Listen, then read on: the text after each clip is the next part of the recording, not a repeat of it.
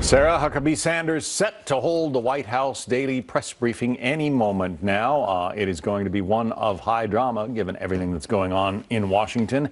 This being the week that James Comey is expected to testify in front of Congress. When Sarah takes to the microphones there, we will take you back there live. But in the meantime, as I just mentioned, the former FBI director, James Comey, will break his silence on Thursday for the first time since President Trump fired him. He's set to testify in front of the Senate Intel Committee on the investigation into Russian meddling in the 2016 election. But is it a whole lot of attention being paid to nothing? Former Governor Mike Huckabee says it is. There's an interest and fascination with the Comey hearings. Quite frankly, I don't think most Americans are that concerned about what James Comey said or heard when he was having a meeting with the president of the White House, because if he'd heard something that he thought was inappropriate, it was his responsibility to immediately report it. The fact that he didn't, and the fact that he and other people in the Justice Department repeatedly said that there had been no pressure whatsoever to pull from the investigations, I don't think the president has as much to worry about as perhaps Mr. Comey does. Let's get into this with our political panel. Jose Aristimuño is a former DNC deputy press secretary. Chris Wilson is former Cruz campaign pollster. Thanks, both of you, for being here. So, Jose, if you were on the committee, what's the first question you would ask Mr. Comey?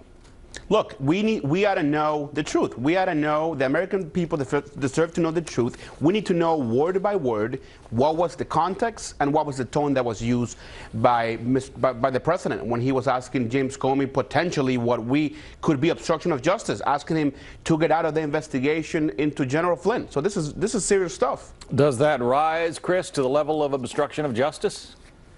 Well, I think that's the main point. I mean, first of all, I'd say it'll be nice to finally have a named on-the-record source talking about what's going on inside the White House or the Justice Department, because the problem we've had up to this point is everyone's been off the record and on background, and it just has led to all kinds of speculation, which is where we are today.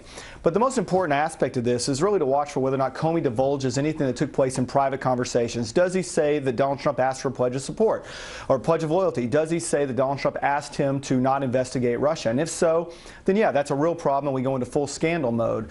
But if it ends up being more of a nothing burger where he just kind of talks a little bit about private conversations, and really the fact is, if there was something that was divulged, to Huckabee's point, that was inappropriate, then Comey most likely, because I believe he is a man of honor, would have divulged that immediately.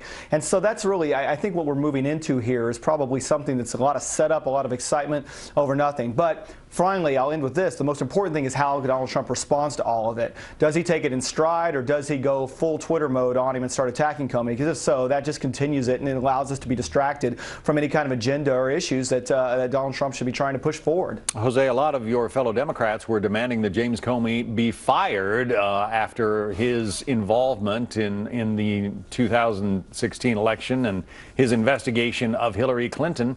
Now, all of a sudden, he seems to be a hero among Democrats. What changed? Look, I don't think he's a hero. I think he was the FBI director, and look, he's going to uphold the Constitution, and which is why, whether the president told him or not that to sign or to pledge loyalty to him, I mean, he's smarter than that. I think, and that makes me happy. I'm not going to get into the whole deal whether James Comey is a friend of the Democrats or not a friend. Let's remember that he's a Republican first and foremost. And well, he was appointed by a Republican president, first.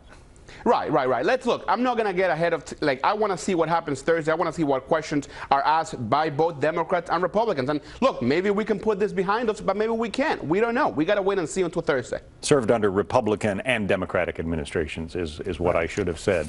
All right. So we're going to find out Thursday what he has to say. There has been all this discussion, Chris, that the president might actually try to prevent him from testifying by exerting executive privilege.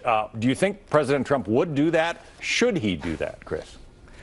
Well, it would be impossible for me to speculate as to what President Trump would do, so I'll go into whether he should do it or not. And I think it would be a mistake for him to do so, because the best thing that could happen for Donald Trump and the Trump administration, the agenda that he was elected to implement, would be for this to get behind him. Because until this testimony takes place, then he's going to be in a situation where it's a complete distraction.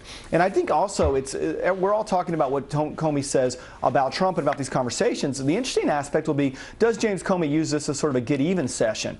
I mean, he has been under attack from the Democrats since the election took place, and now after he got fired from Republicans. So he's got everybody. He's got probably a list of people he wants to get even with that's longer than most people in Washington, and that's saying a lot. So how does he handle it? Does he take it to try and regain some of his reputation? Because, as you said, he came under attack from the Clinton campaign, everyone who blamed him for her loss, and now from Trump and Republicans. And it's going to be really fascinating to watch how much of sort of the attacks that come on him does he try and rebut, and maybe even do a little bit of get even factor here. There was that extraordinary news conference he held back in July, Chris, where he laid out the case against Hillary Clinton for mishandling classified information. And after making point after point after point about what the then Secretary of State had done, he then said no reasonable prosecutor would bring a case. And a lot of people within the FBI, a lot of people within the Justice Department were saying, wait a minute, there are reasonable prosecutors who would bring a case. Right, and that's my point. It's just he really has been reviled by both sides. He's been attacked by both sides. Everyone has been calling for him to be fired until they don't call for him to be fired anymore. And it's almost become a joke. And I think there is a situation where if I'm him, I would want to set the record straight. And he did try and do that a few weeks ago, but frankly just made matters worse. And hopefully for his own sake and for his reputation, he can pull the curtain back a little bit, take everything that was discussed that if there is something inappropriate, he should say it. My bet is there probably wasn't, and this is much ado about nothing, and just kind of put all this behind him, because my bet is he probably wants to get on with his life at this point. Jose, you've talked a couple of times about the the so-called request for a pledge of loyalty from President Trump. Now, we don't know exactly what was said because it was in a conversation between these two men. Does that really bother you if, in fact, the President of the United States asked the head of the FBI for a pledge of loyalty?